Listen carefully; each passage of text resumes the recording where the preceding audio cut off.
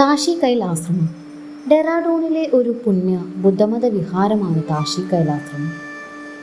ഹിമാലയത്തിൻ്റെ താഴ്വരകൾക്കിടയിലാണ് ഈ ആശ്രമം സ്ഥിതി ചെയ്യുന്നത്. അന്തരീക്ഷം ശാന്തത കൊണ്ട് നിറഞ്ഞിരിക്കുന്നു. പ്രവേശന കവാടത്തിൽ ചുറ്റിപ്പറ്റിയിരിക്കുന്ന ചെറുതും വലുതുമായ പ്രാർത്ഥനാ ചക്രങ്ങൾ, ഓരോ തിരിയലിലും ടിബറ്റൻ മന്ത്രശബ്ദങ്ങൾ. അവ ആകാശത്തിൽ പോലും ധ്വനിക്കുന്ന പോലെ തോന്നും. അവിടെ നിന്ന് കുറച്ച് മുന്നോട്ട് നീങ്ങിയാൽ ആശ്രമത്തിൽ വലിയൊരു ബുദ്ധസ്തൂപം ഉയർന്നു നിൽക്കുന്നു. 1958 ചൈനീസ് കമ്മ്യൂണിസ്റ്റ് സേനയുടെ ആക്രമണത്തിൻ്റെ ഫലമായി ടിബറ്റിലെ ആൻഡോയിലെ യഥാർത്ഥ ആശ്രമത്തിൻ്റെ നാശം സംഭവിക്കുകയും അതിനെ തുടർന്ന് നാടുകടത്തപ്പെട്ട സന്യാസിമാർ 1967 ഡെറാഡൂണിൽ അവരുടെ ആശ്രമം പുനഃസ്ഥാപിക്കുകയും ചെയ്തു. അടുത്ത് കാണുന്നത് റിംപോച്ചെ സ്തൂപ.